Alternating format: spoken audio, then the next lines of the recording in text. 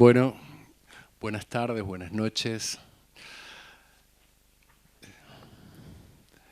Para mí es un verdadero placer coordinar esta presentación del libro Trauma, un estudio histórico en torno a Sigmund Freud, publicado por la editorial Miño y Dávila, que nos acompañó en la organización de este evento. Yo siempre digo que la presentación de un libro es como un bautismo, ¿no? como la celebración de cuando nace un chico o cuando empieza a caminar, ¿no? Después de mucho tiempo de trabajo solitario, de investigación, ese trabajo finalmente se da a conocer y empieza a tener vida propia. En este caso en particular, el libro de Luis Sanfilippo, que van a presentar Omar Acha y Jorge Báñez Orellana, para mí implica un placer especial en la medida en que, bueno, me tocó acompañar junto con Hugo Besetti, aquí presente, la gestación de esa criatura.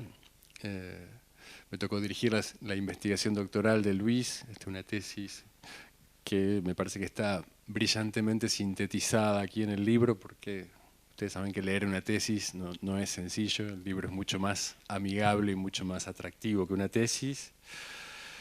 De paso les comento que ahí afuera está el libro. Luis va a firmar algunos ejemplares después a la hora del brindis, así que bueno, no se pierdan el brindis y la posibilidad de comprar el libro y llevárselo con una dedicatoria del autor. Bueno, por otra parte es un placer presentar un libro de este tipo en la medida en que encaja justamente con los objetivos de el Centro Argentino de Historia del Psicoanálisis, la Psicología y la Psiquiatría, que bueno, justamente nos toca conducir con Luis, que es su coordinador, yo que soy su director. Bueno, tenemos a Natalia Cayo, que es nuestra principal colaboradora en todo esto. Hemos tenido en este corto año y medio de vida la posibilidad de presentar varios libros, pero creo que nunca uno como este que reuniera tantas coincidencias, ¿no? Por un lado el tema, por el otro lado el autor que trabaja en el propio centro, y la posibilidad de compartir la presentación del libro, bueno, con un renombrado psicoanalista interesado en la historia, como Jorge Báñez Orellana, y al mismo tiempo un renombrado historiador interesado en el psicoanálisis, como Omar Acha. Son muchas coincidencias fecundas. Simplemente para terminar, o para empezar a introducir lo que van a hacer luego Omar y Jorge, quería leer el primer párrafo del prólogo, porque me parece que sintetiza muy bien de qué va la cosa, de qué se trata este libro. Este libro es el producto final de mi investigación doctoral, dice Luis. Citan el cruce de mis dos mayores intereses intelectuales, el psicoanálisis y la historia. De la intersección de estos dos campos disciplinares y discursivos surgió un texto que invita a múltiples lecturas. Constituye, en primer lugar, un estudio psicoanalítico de las concepciones y las prácticas sobre el trauma delineadas por Sigmund Freud y sus interlocutores. Al mismo tiempo, fue proyectado y escrito como una indagación estrictamente histórica sobre las transformaciones sufridas por esa noción en el período comprendido entre 1866 y 1939. Finalmente, pretende erigirse como una introducción a los problemas historiográficos y conceptuales que suscita la utilización del trauma en el terreno de la historia contemporánea.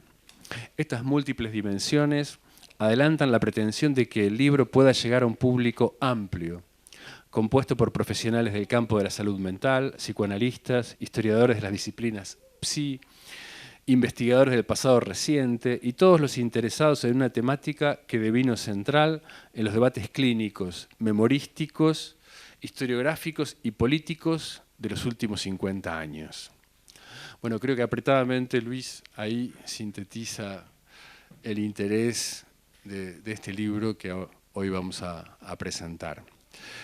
Antes de pasar la palabra, no quiero dejar de subrayar, de destacar el apoyo de la Dirección de Cultura de la Biblioteca, a la cual pertenece el centro, bueno, que siempre nos apoya en este tipo de iniciativas que implican, como ustedes habrán visto, bueno, un gran despliegue, tanto a nivel de difusión, como de filmación, como de fotografía, bueno, etcétera, etcétera, etcétera. Paso rápido la palabra, si tenemos tiempo para el brindis. En primer lugar,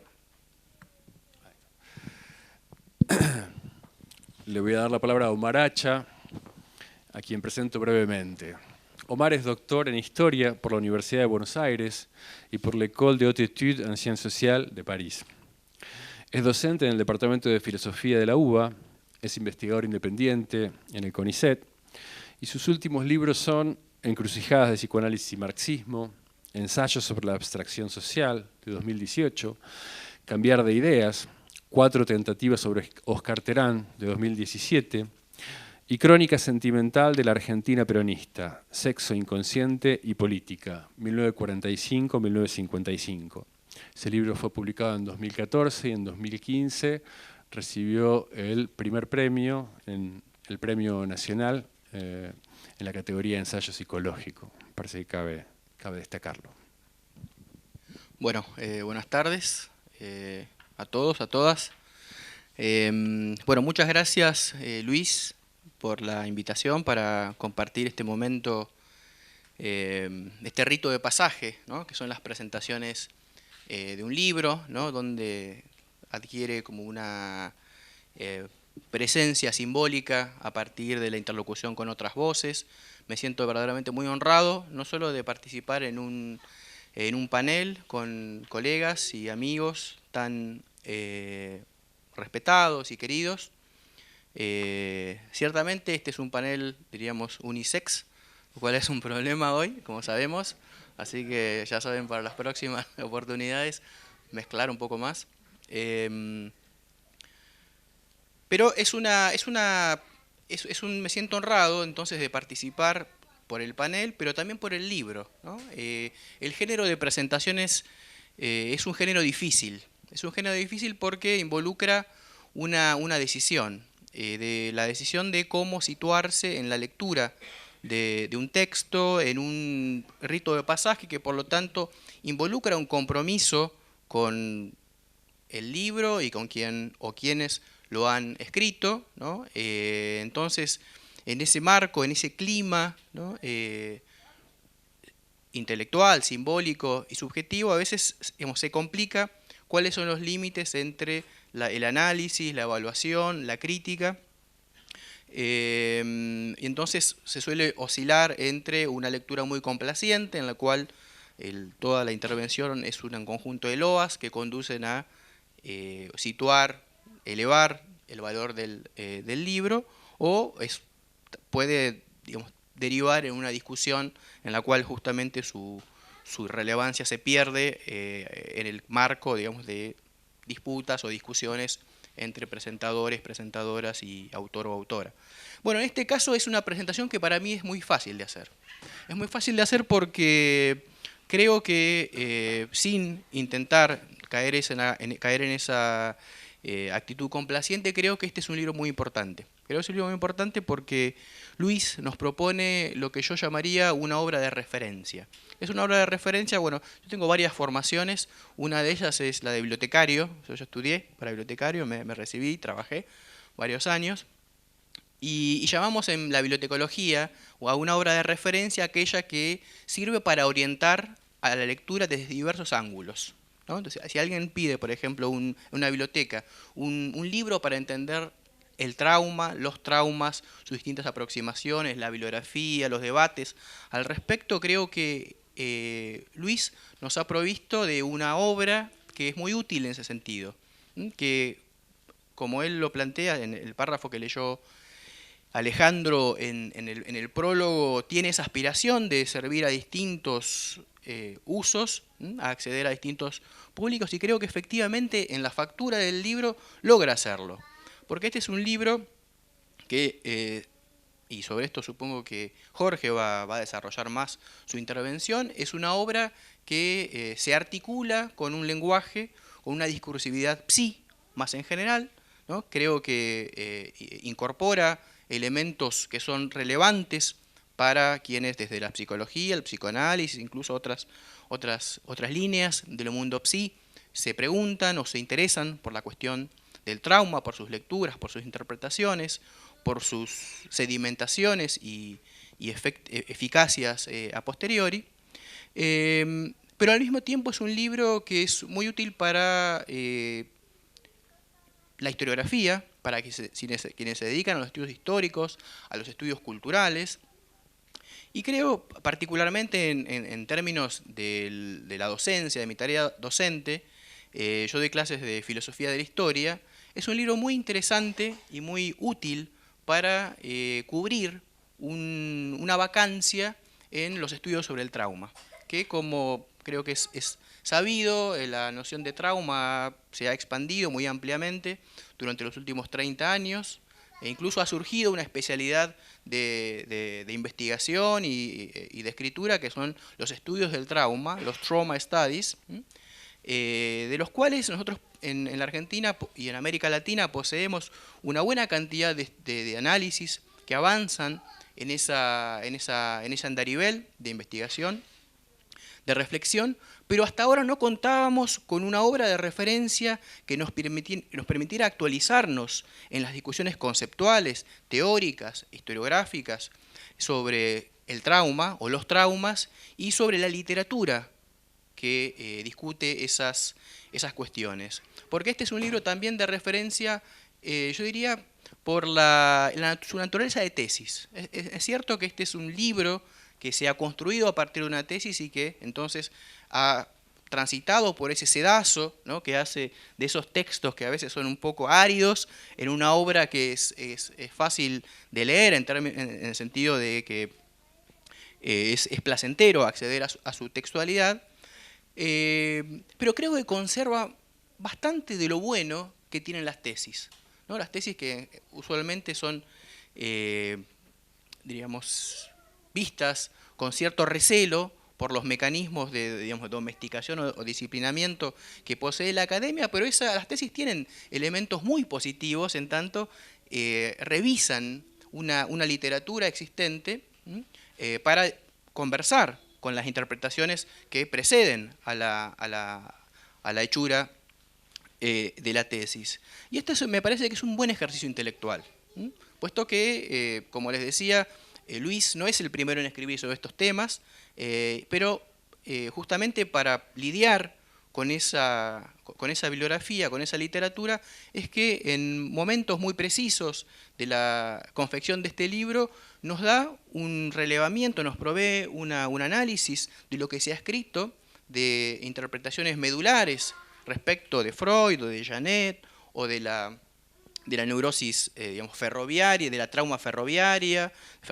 o de las neurosis de guerra, ¿no? Y nos ordena el campo de lecturas. En este sentido creo que es un libro que es muy útil para la reflexión, para la investigación, y me parece que contribuye ampliamente a la literatura, ¿no?, sobre las cuestiones del trauma. En este sentido decía que es un libro importante, una obra de referencia, además por la complejidad del análisis que él propone. En algún momento del primer capítulo y de las conclusiones, y en otros pasajes a lo largo del espinel del libro, aparece una ubicación que el autor da de su propia obra, que es el de la historia intelectual, ¿no?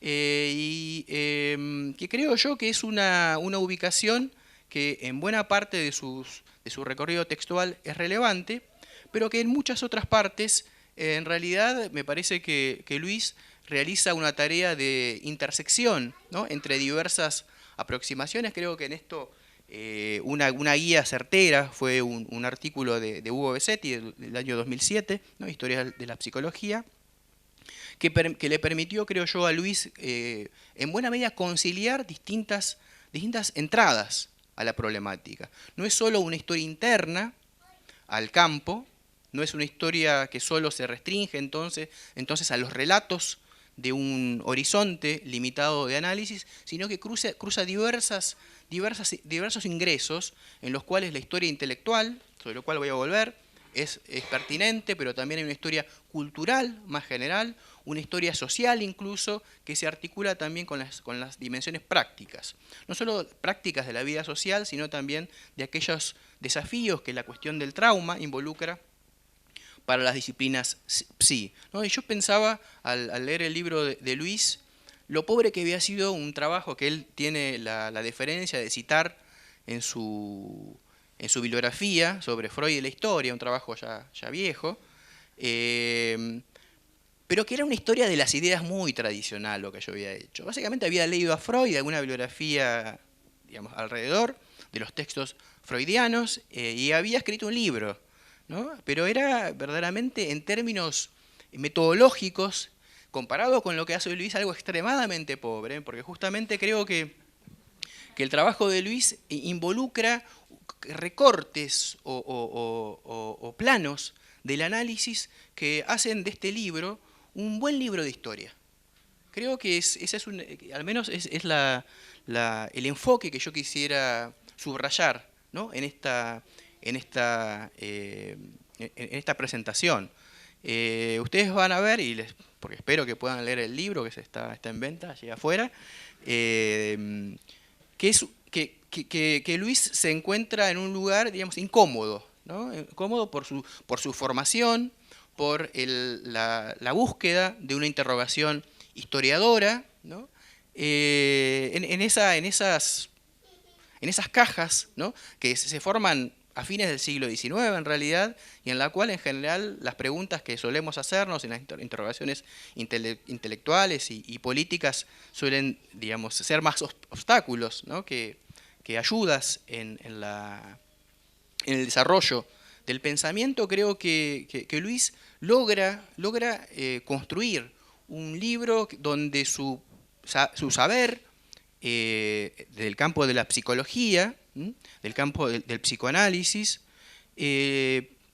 no lo constriñe a una interrogación, yo diría, endogámica, a un lenguaje cerrado, ¿no? Que está destinado a un grupo de lectores y lectoras muy específicos, sino que más bien se abre, ¿no? Florece, yo diría, ciertamente desde el territorio de las bibliografías y problemáticas psi, pero es un trabajo que permite a la historiografía enriquecerse respecto de este conjunto de temas sobre los cuales Luis reflexiona hacia el final del libro, ¿no? Que es, creo yo, en vistas a trabajos futuros en ese momento y quizás estén ahora, ¿no? en desarrollo. Entonces, esa apertura creo que hace del libro Trauma, un estudio histórico en torno a Sigmund Freud, una buena obra intelectual, ¿no? Yo diría que es un trabajo intelectual en el sentido quizás un poco digamos, ingenuo, ¿no? de las aspiraciones intelectuales de no solo ligarse a un conjunto de problemáticas muy específicas y acotadas, sino reflexionar sobre lo que en alemán se llama la situación espiritual de la época, ¿no? En términos del espíritu, no como las convicciones internas de los sujetos, sino más bien como esos discursos, esos saberes o esos no saberes, pero que traman una vida social. Y que creo que este es el último punto sobre el que yo quisiera detenerme antes de cerrar.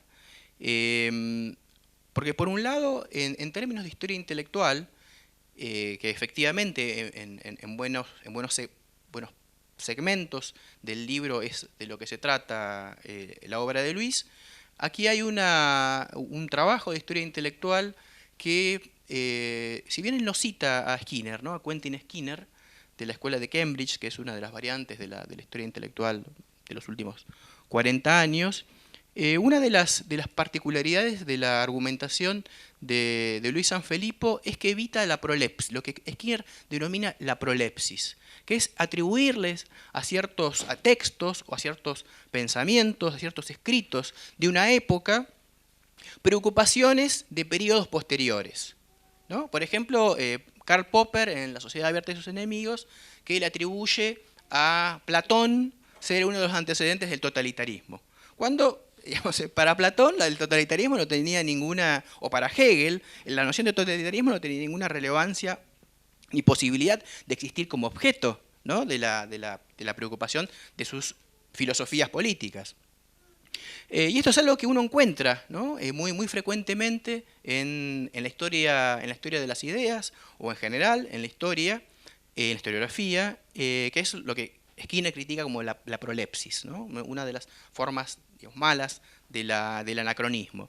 Y en tal sentido Luis es muy cuidadoso, ¿no?, intentando delimitar los alcances de ciertos textos y evitando atribuirles ese futuro, ¿no?, ese futuro que estaría como en germen, ¿no?, en su pasado, y todavía no alcanzaría a decir el conjunto de sus textos, que es lo que sí el historiador o la historiadora haría, ¿no? Entonces, en tal sentido intenta captar, yo diría, la historicidad de las ideas o de los conceptos, ¿no?, situarlos en su marco específico de emergencia, ¿no?, el acontecimiento de los textos y de las ideas.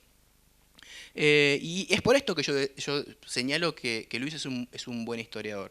Pero al mismo tiempo siento fluir en las páginas de esta obra una preocupación que llamaba previamente como intelectual, ¿no? Hay una interrogación por el presente, ¿no?, por los desafíos de la época. Hay una digamos, urgencia que se esconde y que muchas veces se manifiesta, ¿no?, en estas páginas de esta obra de Luis, que es una preocupación respecto de qué es lo que la noción de trauma puede decir y también puede no decir de nuestras experiencias contemporáneas, ¿no?, no solo argentinas, latinoamericanas, sino yo diría globales. En tal sentido, me parece que la obra de Luis no es solo un trabajo académico, no es solo un estudio histórico, no es solo una herramienta para la reflexión sobre las cuestiones vinculadas con no sé, las terapias de diversa naturaleza, sino también es una preocupación por el sentido de nuestra coexistencia colectiva, y me parece que esto puede ser quizás uno de los elementos que justifiquen una amplia repercusión de su obra, y yo quiero nuevamente convocarles a que conozcan sus páginas y que lean este gran trabajo que nos ha provisto Luis Sanfilippo. Gracias.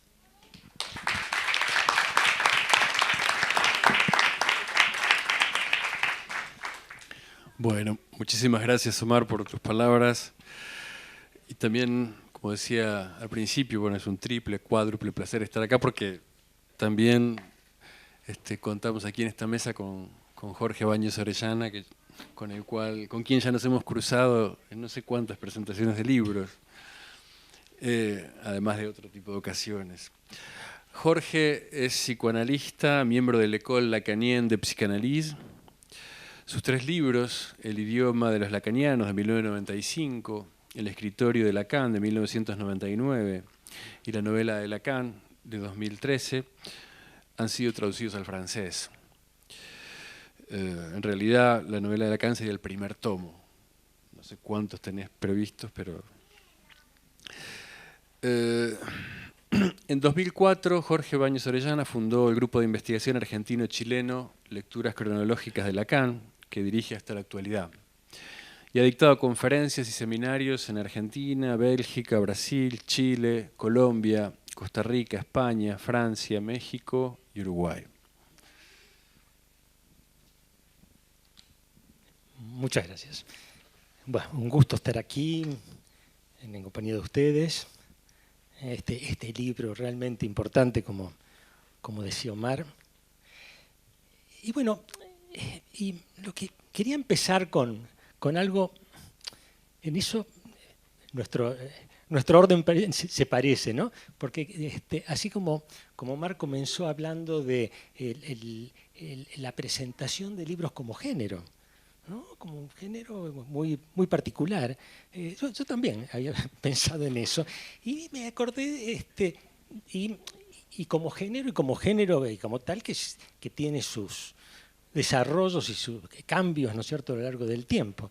Entonces, me acordé de una anécdota que me contó mi amigo Oscar Steinberg, que veo que está, por suerte, con nosotros, ¿no es cierto?, que en una presentación que ocurrió en 1970, la presentación de Crítica y Significación, el primer libro de Nicolás Rosa, ¿no? Lo deben conocer, los más jóvenes.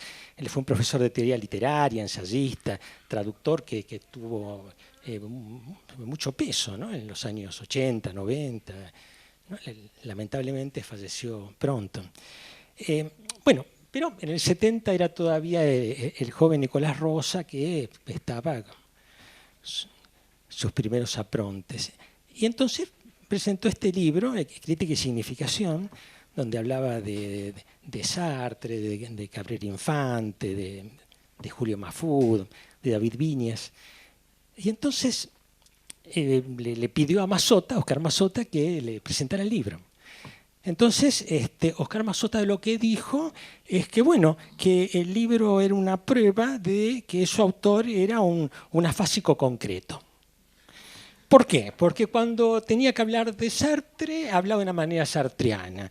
Cuando tenía que hablar de Cabrera Infante, empezaba con los retruécanos. Cuando Julio Mafud hacía cierto tipo de sociología. Bueno, David Viñas, un cierto ensayismo guapo, ¿no? Y bueno, después de decir esto, parece que también agregó, bueno, y está bien hacer eso, ¿no?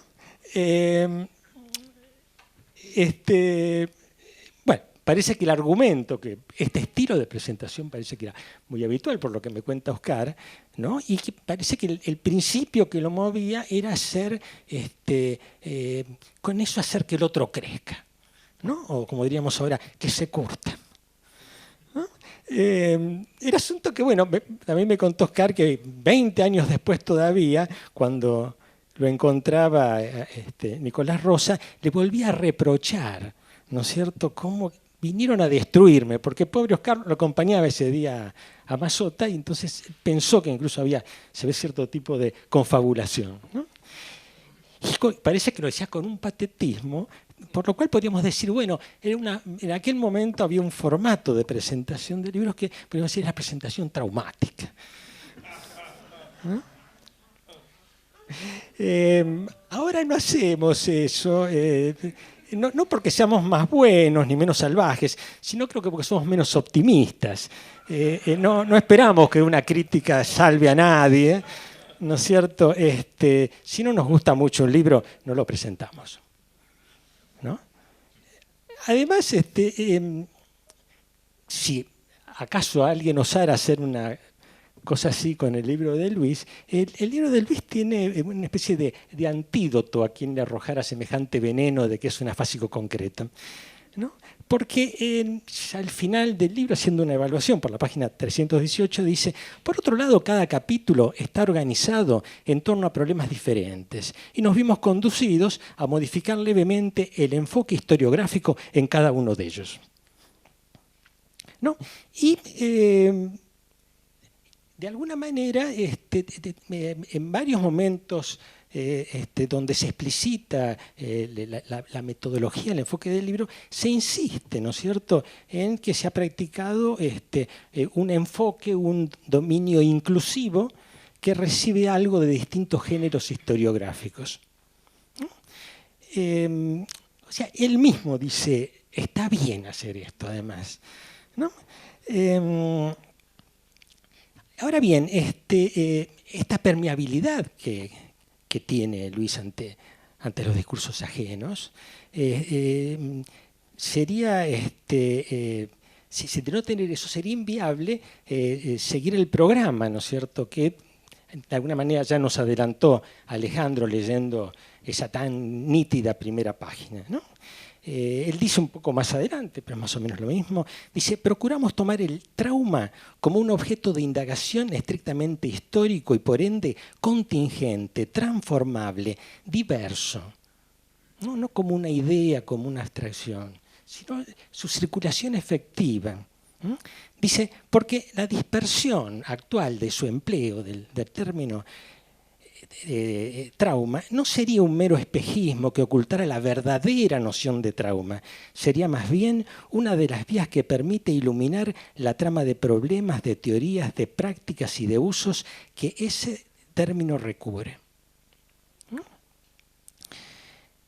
Claro, uno lee esto y por un lado se entusiasma, pero también sospecha. Uno dice, bueno, ahora va a venir todos los historicismos, todos los sociologismos, el everything goes a propósito del trauma. ¿No? Pero no es así. Lo que hace Luis, felizmente, es levantar ciertas banderas, muy particularmente, por lo menos él las señala, las de Hugo Besetti, en cuyo grupo se formó, ¿no es cierto? La bandera, digo, lo mencionaba hace un rato Omar, de la historia intelectual, ¿no? Adjetivando como intelectual, para hacer como una oposición, me parece a mí, de lo que sería historia de las ideas como abstracciones. Esto es la idea de lo intelectual, cómo efectivamente eso se cocina, cómo circula, ¿no? Pero también qué dice esa idea. ¿No? ¿No? En ese sentido, ahí en el 18, en la página 18 aparece algo que me parece que es como la poética, ¿no es cierto?, el manifiesto de esto.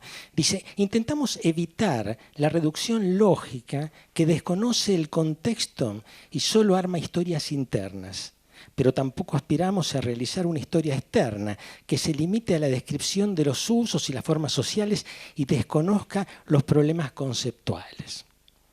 ¿No? ¿No es cierto? Nada de la capilla psicoanalítica, pero esto no lo puede hacer quien no esté adentro, de alguna forma le haya transitado. ¿No?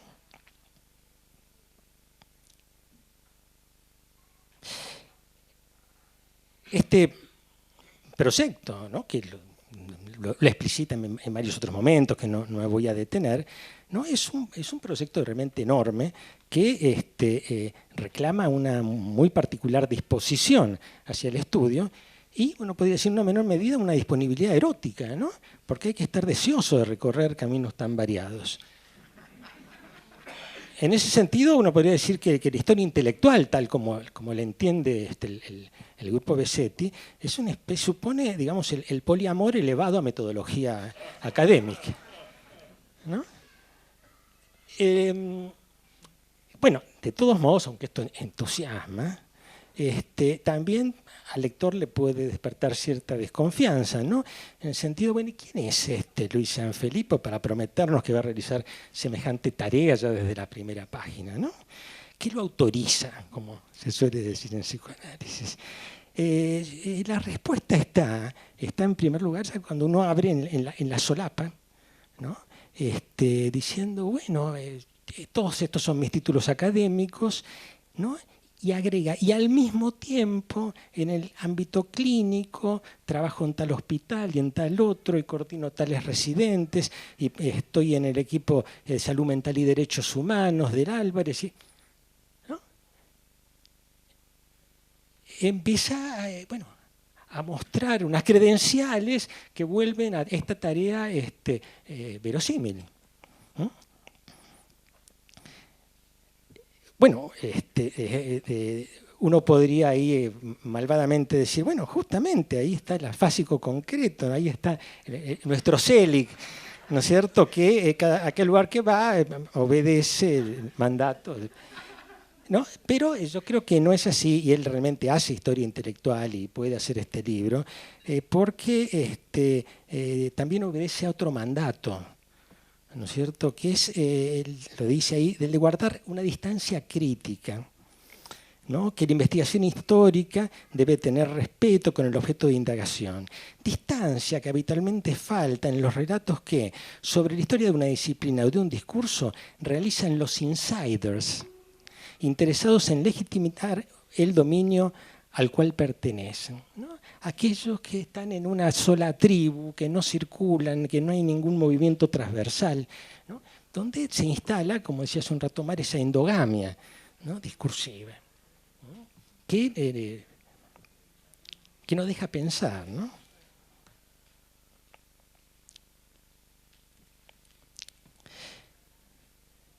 en ese sentido hay... No quiero alargar demasiado, pero... ¿Sí? ¿Hay tiempo? Bueno.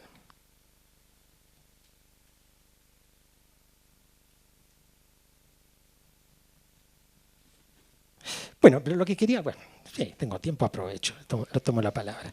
Lo que quiero decir es que el libro da sobradas pruebas, ¿no es cierto?, de lo que significa esto de ir detrás, de intentar atrapar la vida de la producción de ideas, ¿no? Por ejemplo, les leo miren este párrafo. ¿Qué otra gente diría esto que me importa? ¿No? Pero miren, Charcot, en la 18ª clase del tomo 3 de sus lecciones, aparecían referencias explícitas a el cirujano Page y a los médicos norteamericanos Putman y Wallon, que se habían ocupado de los accidentes de ferrocarril, posibilitando el acercamiento de la sintomatología postraumática con la histeria y el desplazamiento de la tensión de la espina al cerebro. ¿Qué está hablando? No, a él le interesa que lo que dijo en el capítulo 1 ¿no?, se muestre que a los tipos del capítulo 2 también le importaba y que efectivamente lo leyeron y que hay pruebas al respecto. No me parece, no, bueno, hacemos un juego de semejanzas.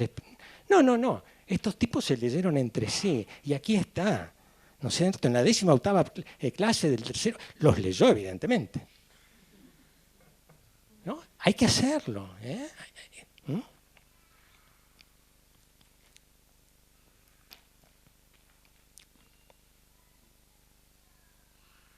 ¿No?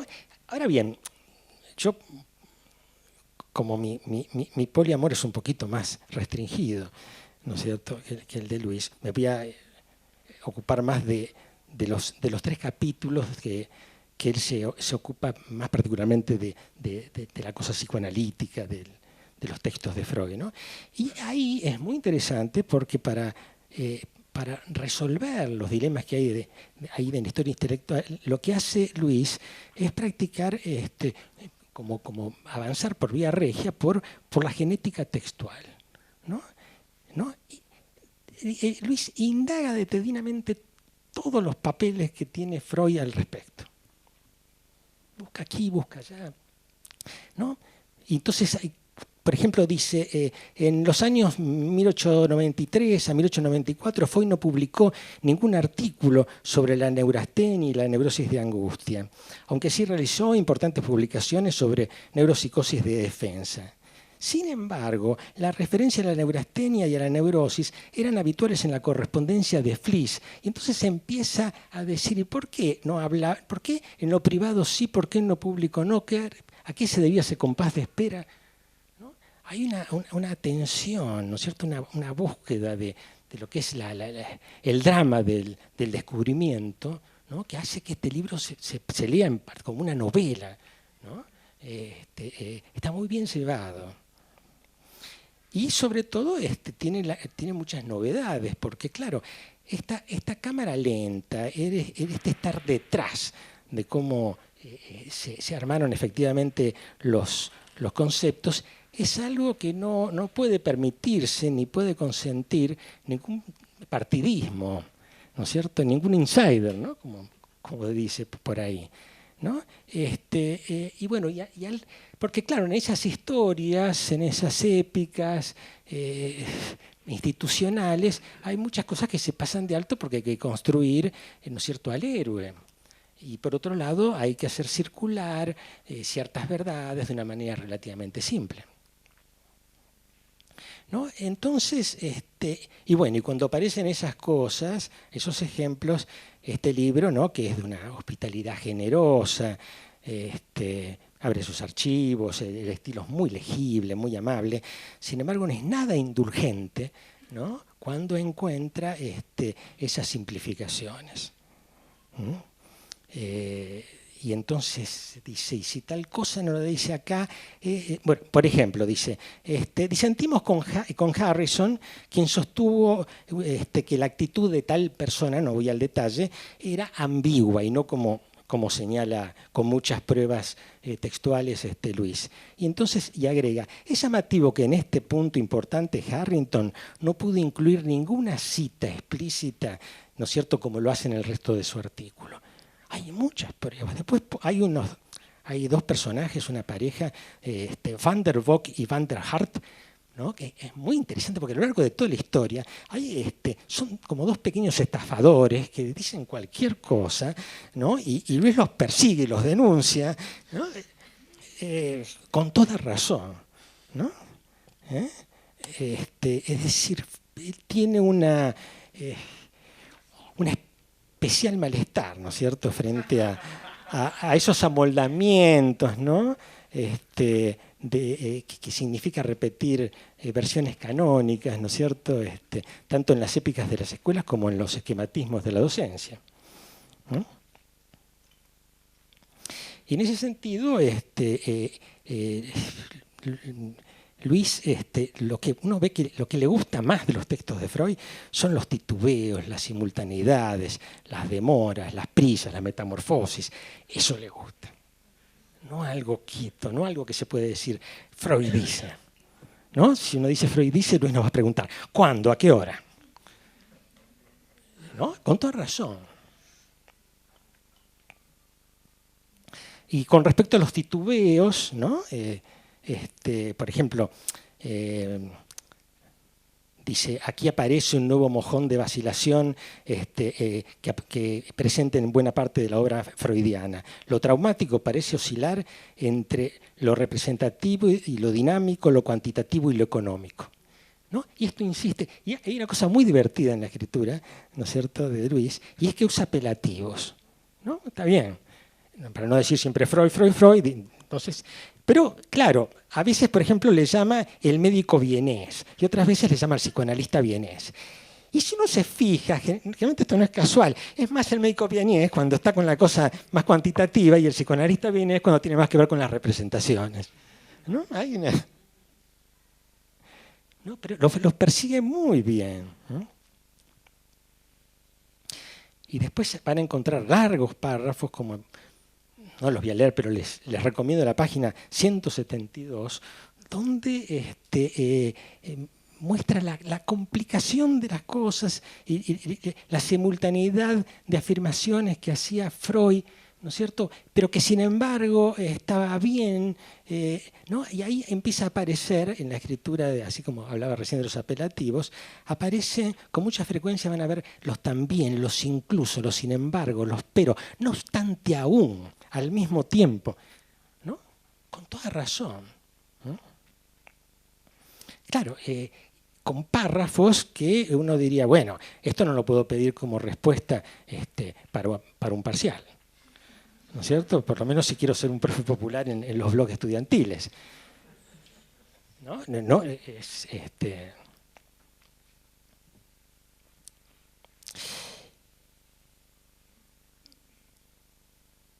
Y sigue con mucho ahínco, con mucho cuidado, estas transformaciones, ¿no es cierto?, estos ritmos que, bueno, muchos no pudieron sospechar, ¿no? Ahí aparece, muy interesantemente comentado, el enfrentamiento de Janet con Freud de 1913. Hay un artículo de Alejandro muy interesante al respecto,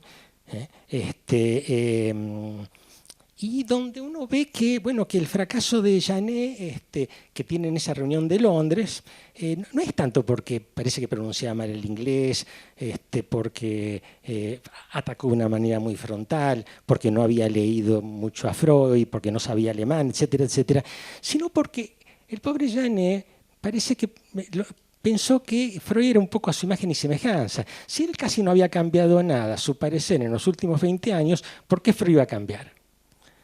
Y entonces lo acusaba, y con cierta violencia, cosas que había él firmado en 1895 o por ahí, cuando estábamos en 1913, que había una distancia, ¿no es cierto?, enorme, ¿no?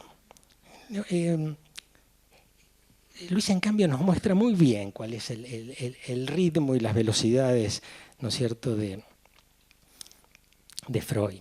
Y en lo que se detiene, ¿no?, es en en lo que sería, uno puede decir, el vuelco más novelesco de Freud con respecto a la cuestión del trauma, ¿no? Que es el de la famosa carta del 21 de septiembre del 97, ¿no? En que él dice, bueno, ya le dice a su amigo Fliss, te tengo que revelar un secreto, ya no creo más en mi neurótica, ¿no es cierto? Es decir, en su teoría sobre el origen traumático infantil, de seducción de las neurosis, ¿no? Y él sobre este punto se va a detener y yo diría es sobre un punto crucial, ¿no es cierto? Y muy complejo, ¿no? Y donde, bueno, aparece al respecto en muchos textos una versión muy simplificada de esto. Freud mismo, y no lo deja de decir Luis, también alienta una versión sencilla de cómo fue que dejó de lado lo que se suele llamar su neurótica o su teoría de la seducción.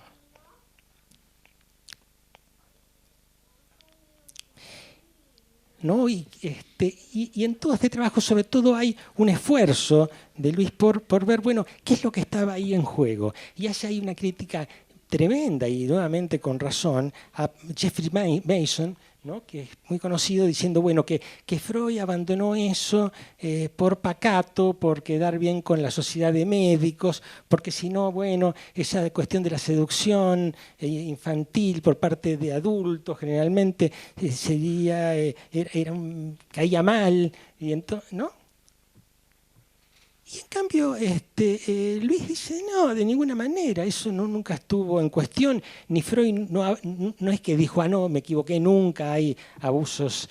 No, eso no es la cuestión está en otro lado, ¿no es cierto? La cuestión está en cómo, no lo puedo resumir, hay que leer el libro, en cómo poder pensar en una etiología de la neurosis que no tuviera que ver poniendo todo el peso en la herencia. ¿Y por qué y de qué modo? ¿No? En ese sentido, me parece que lo que cuenta aquí en Luis como en otros investigadores con respecto a Freud, a Lacan, en muchos casos, es lo que podríamos decir si uno tiene o no transferencia positiva con un autor. Hay investigadores que con muy poca cosita ya le bajan el índice, ¿no es cierto?, a una obra y dicen, te encontré, te pesqué, ¿no es cierto?, ausencia de rigor lógico, deshonestidad, decadencia moral vienesa, ¿no? Pansexualismo, todas esas tonterías, ¿no? En Luis se nota que él logra hacer rescates muy interesantes de la inteligencia de Freud, pero porque llegó a eso después de leer mucho. Y leyó mucho porque él creía que ahí había algo valioso. Él le suponía a Freud, después comprobó que tenía razón, su sospecha, pero le suponía, sin eso no hay manera.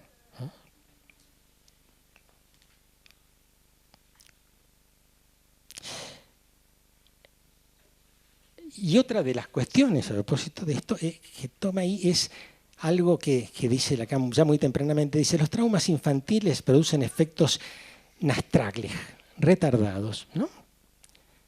¿Por qué si pasaron en tal momento, sin embargo, se activan después? ¿Qué pasó? Y entonces allí él entra en una discusión muy interesante, apoyándose entre otras cosas, por otro lado, en ciertos antecedentes como uno de los libros de Omar, ¿no? Acerca de la historia que tuvo ya dentro de, no de ciertos historiadores más bien enemigos del psicoanálisis, sino dentro del psicoanálisis mismo, la suerte que tuvo este término nastraglich, ¿no? Porque supone en alemán dos cosas, ¿no? Que algo que ocurrió tiene un efecto retardado, pero también puede suponer que algo que ocurrió después resignifica a lo que pasó antes, dándole un valor totalmente distinto. Por ejemplo, un valor traumático que hasta ese momento, ¿no es cierto?, no contaban, ¿no? Y muestra muy bien cómo, con toda razón, dentro, por ejemplo, del lacanismo, hay una tendencia a traducir ese nastraglich solamente en uno de sus sentidos, en el sentido que va de un presente hacia el pasado. Es decir, en el sentido que va, hay que reconocer, más en contra de lo que sería el sentido común, ¿no? Pero eso, muy sobre todo con Lacan, muy automáticamente traducido como après-coup, ¿no? Es algo que señala muy bien y señala, por otro lado, los peligros que tiene eso. Los peligros que sería, por otro lado, entender que toda historia es simplemente una construcción après-coup, que todo es así, que no hay nada, ¿no es cierto?, de un antes que de alguna manera condiciona, crea ciertos, por lo menos, condiciones de horizontes de posibilidad. ¿No? Y en ese sentido, entonces, subraya Luis que con respecto al trauma, en todo caso, podemos decir, estoy pensando en Benjamin, ¿no es cierto?, que el ángel del traumatismo observa con horror tanto el pasado como el futuro, ¿no? Las dos cosas cuentan. Bueno, podría decir muchas cosas más del libro de Luis, muchos más elogios, cómo se detiene en distinguir ciertas oposiciones que o no las conocíamos o pensábamos que eran una tontería. Él le saca el jugo, ¿no es cierto?, qué sé yo, la diferencia entre víctima pasiva y sujeto responsable, lo libre, lo ligado, la verdad material o la verdad psíquica, la diferencia entre impresión e inscripción, en fin. ¿No? Vale la pena detenerse en cada una de estas cosas. Bueno, y para terminar, ¿no es cierto?, voy a arrojar por lo menos temporariamente un grano de sal mazotiano, ¿no es cierto?, recordando y es que al riquísimo rompecabezas, ¿no es cierto?, del estudio que hace Luis sobre todos estos episodios y por qué Freud dejó y no dejó y hasta qué punto y en qué momento, ¿no? ¿Qué es lo que provocó también la aparición de esa carta donde él dice, me he engañado? Lo que veo es que a ese rompecabezas, en el libro que está presentado con mucha riqueza, le falta una pieza. Y le falta una pieza que deliberadamente tuvo que sustraer su autor, porque la conoce perfectamente, ¿no es cierto? Y esa pieza es lo que podríamos llamar, ¿no es cierto?, el episodio de la falsación popperiana, ¿no es cierto?, de esa neurótica, debida a Félix Gattel. Félix Gattel, ¿qué fue lo que hizo? ¿No es cierto? Leo un fragmentito de la seducción freudiana de Mauro Vallejo. Dijo, Gattel creía firmemente en la palabra de su maestro, ¿no?, que en todos esos casos de histeria había ocurrido siempre una seducción sexual infantil por parte de un adulto. Y Freud había dicho, bueno, yo tengo por lo menos a 13 o a veces dice 18 casos en que esto está comprobado, ¿no? Entonces Popper diría, bueno, hace falta uno para falsear la cosa. Apareció Gattel, el primer discípulo, se puede decir, de Freud, que está muy convencido y dice, bueno, yo voy a buscar 100 casos, ¿no? Voy a apoyar para que esto tenga... Y entonces dice Mauro, Gattel creía firmemente en la palabra de su maestro, pero solamente en 2 de los 17 casos estudiados pudo dar con el recuerdo de ataques sexuales infantiles cometidos por adultos. Recordemos que en mayo de 1896 Freud decía haber analizado 18 casos y en todos ellos había hallado sin dificultad el recuerdo del atentado sexual. Pues bien, agrega Mauro, la carta del abandono de la teoría de la seducción, la famosa carta del 21 de septiembre, fue escrita por Freud un día después de regresar de unas vacaciones en Italia pasadas junto a Gattel, donde Gattel le habría contado, maestro, pasa eso, ¿no?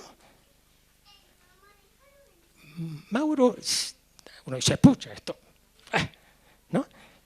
Mauro, de todas maneras, y yo creo que con razón, se apura a decir, bueno, pero ya esto se venía derrumbando, hay ciertas cosas que podemos perseguir, ¿no es cierto?, en las cartas. Mauro también es un maestro de la genética textual, ¿no es cierto? Y entonces dice, bueno, que ahí Freud dejó de aplicar las técnicas de apoyar la mano en la frente, de pedir, no, falta algo, adelante, ¿no? Sino que lo que empezó a aplicar es lo que conocemos habitualmente como la asociación libre. Y entonces no aparecieron esos recuerdos que él estaba, ¿no es cierto?, esperando, ¿no? Pero es un punto igual, ¿no? Y ahora bien, es muy interesante. El libro de Mauro se terminó de imprimir durante septiembre del 2012. ¿No? Ahora bien, en ese mismo mes, en una revista no académica, Mauro saca un artículo extraordinario que se llama Fräulein Ella, la histérica de Felix Gattel, o el primer psicoanálisis que Freud quiso olvidar, ¿no?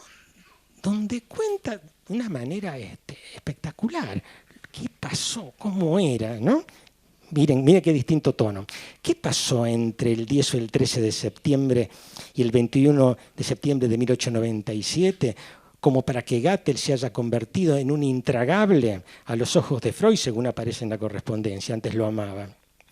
Dadas las alabanzas previas y dada la invitación realizada al discípulo para que se sumara a su viaje de vacación a Italia, la única opción es que algo haya sucedido durante esas idílicas jornadas acompasadas por los cuadros de Signorelli en la Catedral de Orvieto y por los buenos vinos. Así empieza y sigue, ¿no? Pueden encontrarlo en internet, está dividido en 3 partes.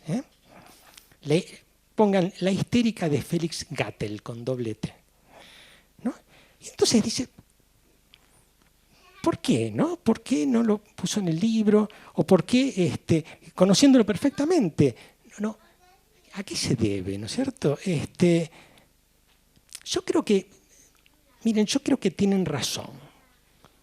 ¿No es cierto? Yo creo que, como diría Maestra, que hacen bien.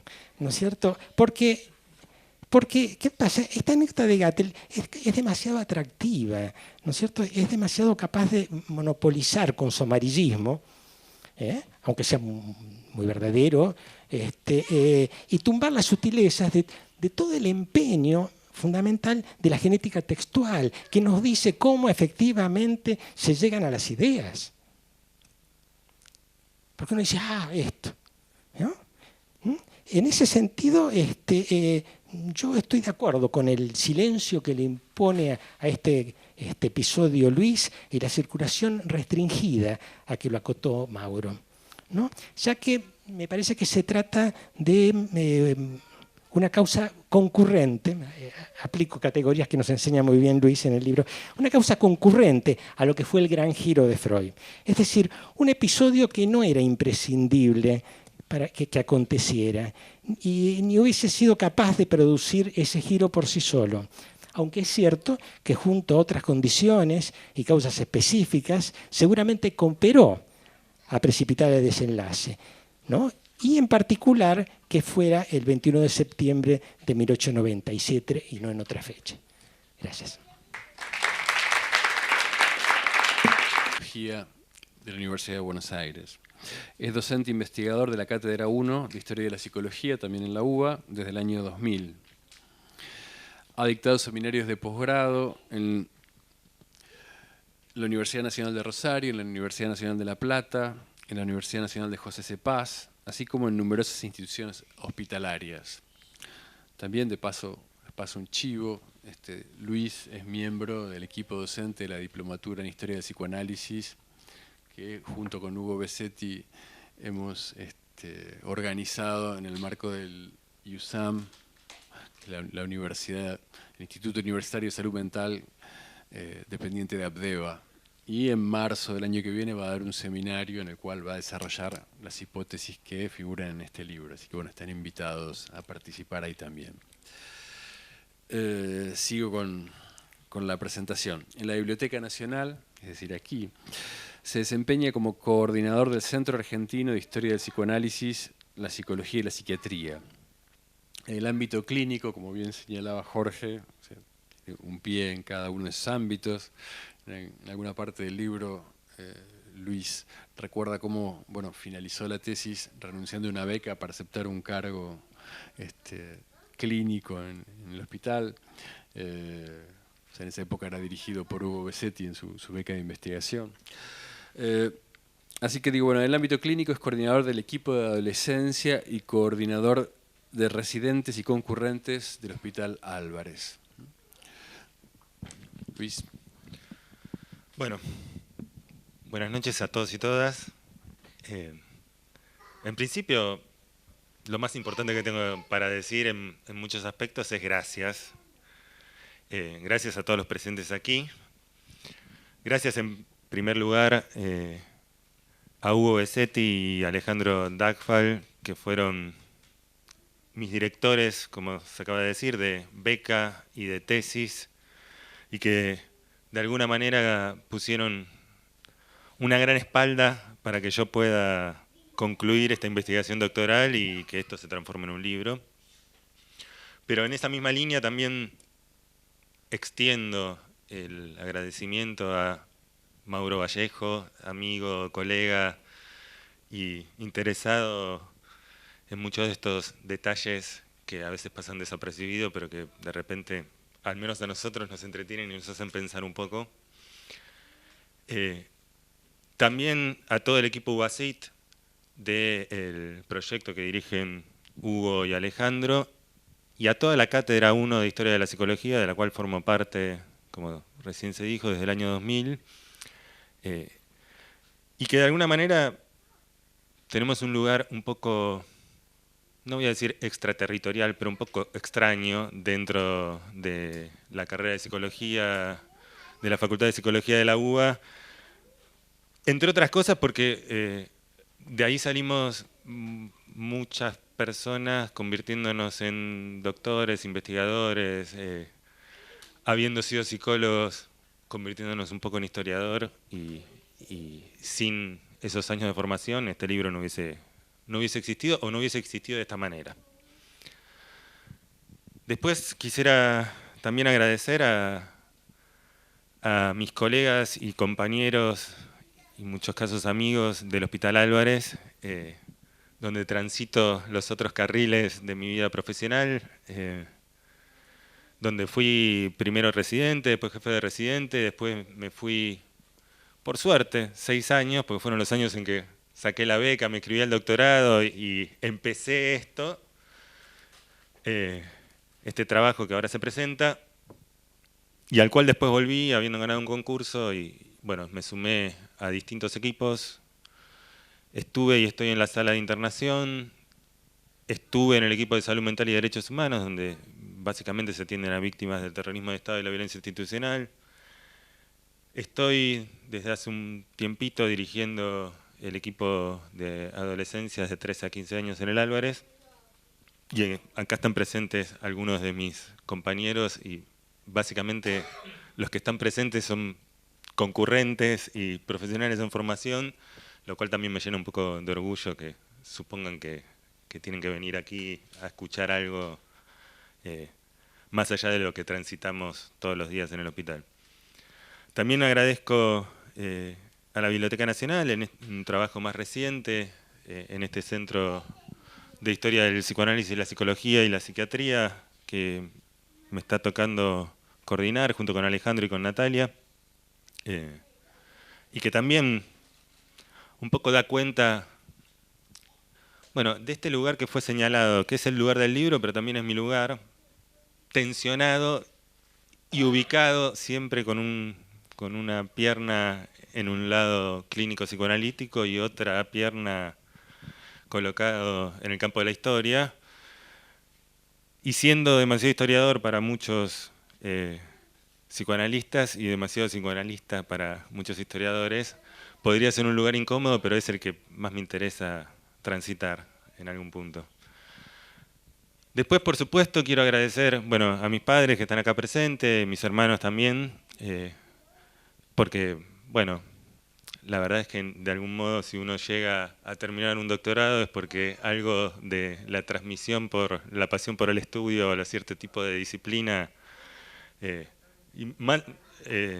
se gestó en nuestra casa, digo, más allá de que quizás ellos no tuvieron la oportunidad, la suerte de haber hecho una carrera académica tan larga. Y por supuesto quiero agradecer a Marina Carreiro, mi mujer que está acá, y a mis dos hijos, Leia y Camilo, que obviamente sin ellos y sin el aguante que tienen respecto de las horas dedicadas a todos estos trabajos, no sería posible haber estado hablando acá en este momento. De hecho, un poco en el libro lo pongo, cuando estábamos esperando a Leia, yo decidí que era un buen momento para sacar una beca y no estar atendiendo 40 pacientes en un consultorio uno tras del otro y estar un poco más de tiempo en casa, trabajando de otra manera. Y cuando estábamos esperando a Camilo, yo dije, tengo que terminar de escribir este libro porque si no, nunca más lo voy a hacer. Y mis dos hijos son el paréntesis en el cual se produjo y se gestó este libro y esta investigación.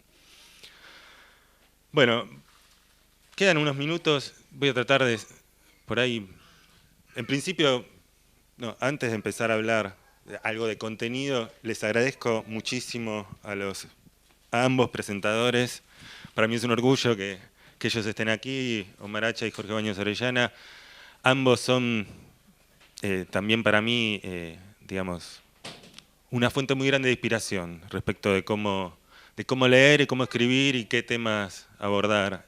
Y además dijeron cosas más del lado del elogio que del grano de sal puesto en la herida.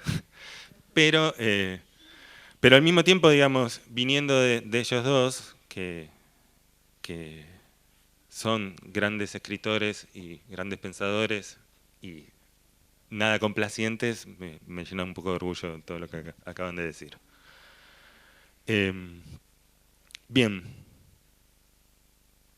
El trauma es un poco como yo, en este sentido de está ubicado en distintos lados y por ahí justamente se constituyó en un objeto de mi interés y en el objeto de mi investigación, ahí en el punto en donde yo intenté conciliar dos intereses que he tenido, no sé si desde siempre, pero sí al menos desde que terminé el secundario, porque más allá de algún intento fallido de ingresar en alguna carrera más ligada al ámbito empresarial, que por suerte resigné muy tempranamente, me había anotado en historia.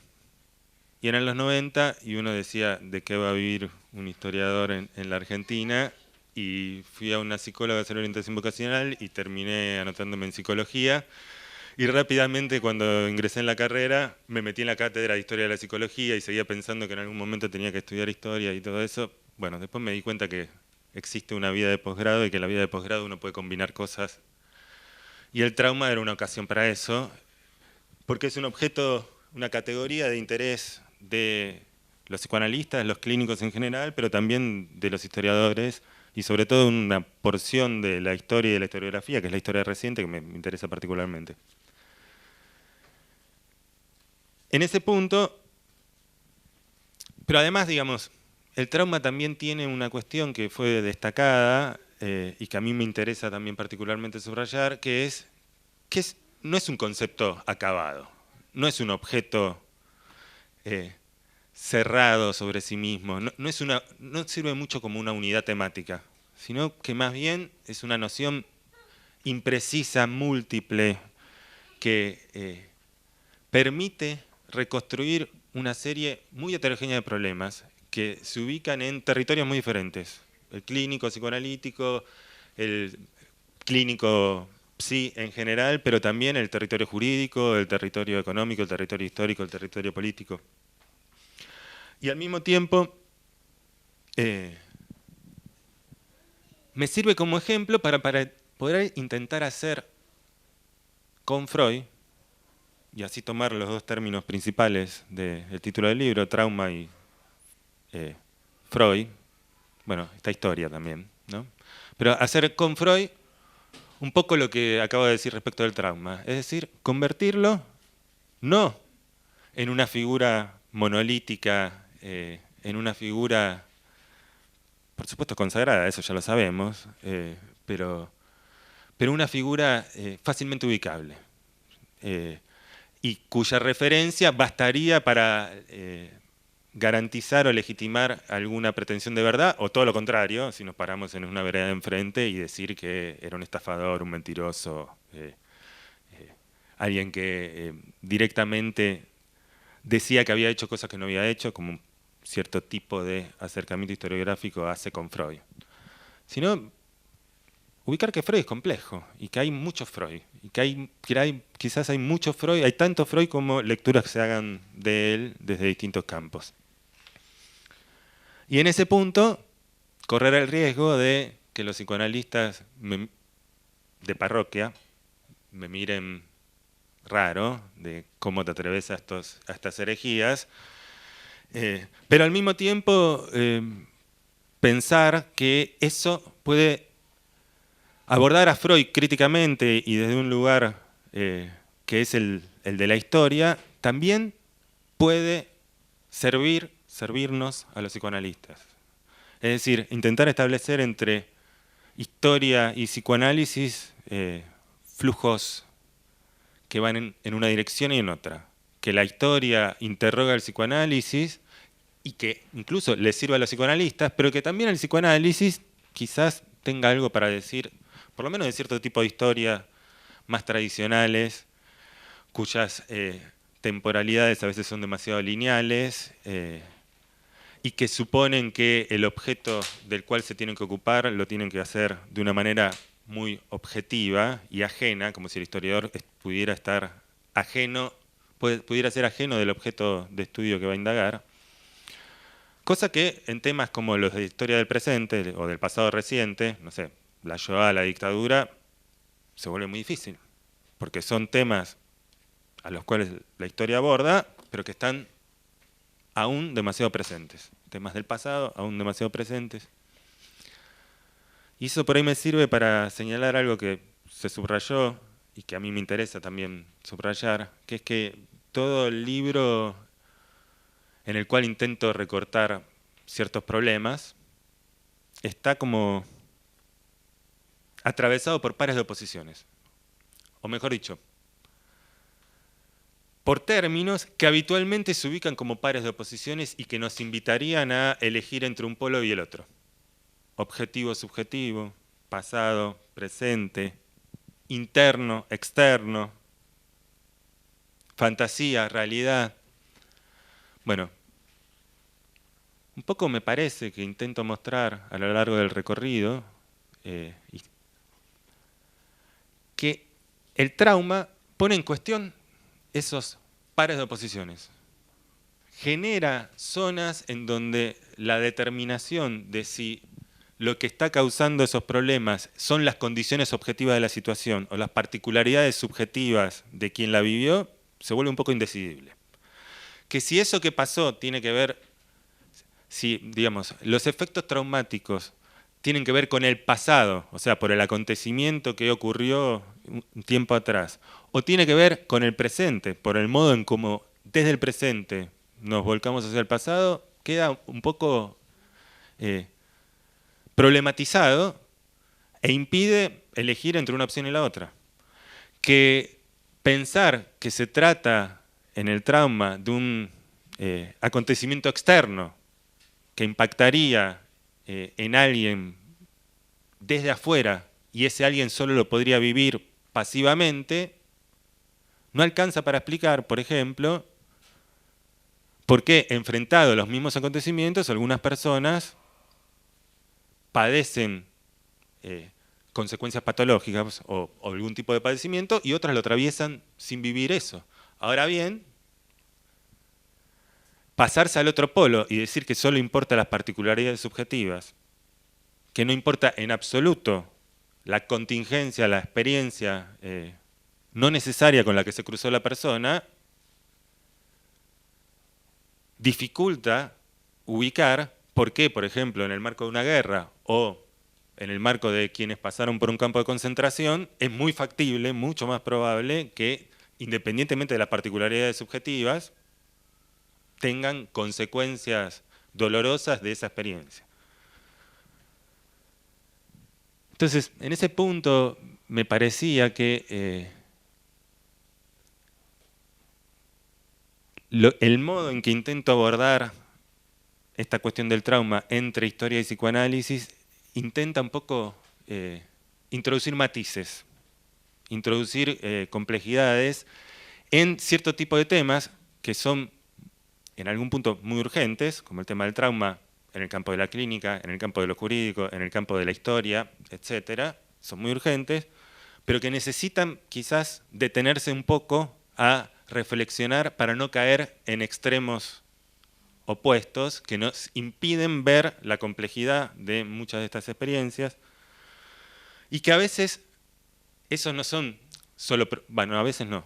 Me parece que una de las cosas que más quise subrayar en el libro es que no se trata solo de problemas conceptuales o de problemas de ideas, sino que eso tiene claramente consecuencias prácticas. Y es más, que las prácticas que se instauran, los tratamientos en el sentido amplio del término, los tratamientos clínicos, pero también el modo en que en una cultura se trata a los acontecimientos que son considerados traumáticos,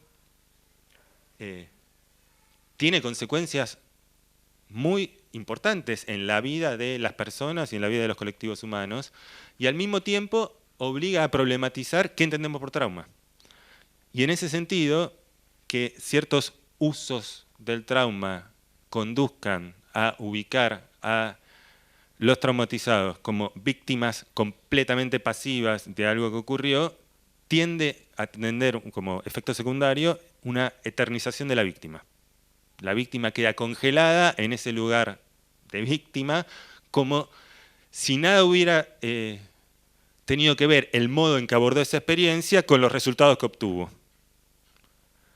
Ahora bien, pasarse al otro extremo y señalar que la persona que vivió una experiencia es absolutamente determinante, su posición subjetiva particular para la determinación de los efectos traumáticos, lo que lleva es una culpabilización absoluta del sujeto y una banalización del peso que ciertas experiencias pueden tener. Bueno, interesado por estos temas y estos problemas, intenté hacer una indagación histórica que parte de los accidentes de ferrocarril y llega a El Moisés y la religión monoteísta, el último texto freudiano de 1939, que se ocupa justamente de los traumas colectivos o de cómo ciertos acontecimientos que ocurrieron en la historia de la humanidad fueron transmitidos generación tras generación de maneras no conscientes. Bueno, intenté en ese periodo que va de 1866 a 1939 situar una serie de problemas que a mí me interesan y que espero que les interesen a ustedes. Bueno, muchas gracias por estar acá.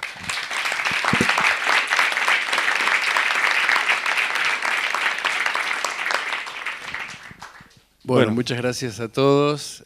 Los invito a seguir charlando con una copa de vino porque tenemos que desalojar la sala pronto. Está circulando por ahí una hoja en una carpeta para los que les interese recibir noticias del centro, así los incluimos en el mailing. Bueno, muchas gracias por estar.